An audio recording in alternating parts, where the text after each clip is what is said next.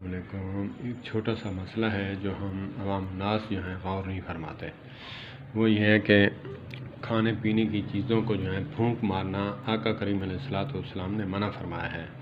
فرمایا کہ جب پھونک مارتا ہے انسان تو اس کی جو اندر کی بیماریوں کی جو سانس ہے وہ کھانے کے اوپر لگتی ہے تو وہ بیماریاں چمٹ جاتی ہیں۔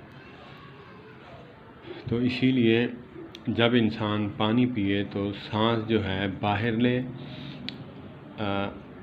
آدھا گلاس پیتا ہے یا چوتھائی گلاس یا تیسرا حصہ پی لیتا ہے تو سانس باہر لینا چاہیے، اندر نہیں لینا چاہیے۔ تو آقا کریم علیہ الصلوۃ والسلام کے بتائے ہوئے طریقے پر جب ہم چلیں گے تو ہمیں جو ہے بیماریوں سے نجات ملے گی۔ اللہ پاک مجھے بھی عمل کی توفیق عطا فرمائے۔ کھانے پینے کی چیزوں کو جو ہے روٹی ٹھنڈی کر کے کھائیں، اس کو پھونک نہیں مارنی، پھونک نہ ماریں۔ جیسے آقا کریم علیہ الصلوۃ والسلام نے منع فرمایا ہے تو اس سے رک جانا چاہیے ہمیں، دینی دنیاوی فائدے ہیں۔ اللہ پاک مجھے بھی عمل کی توفیق عطا فرمائے، پوری امت کو جو ہے سنت پر چلنے کی توفیق عطا فرمائے۔ السلام علیکم ورحمۃ اللہ وبرکاتہ۔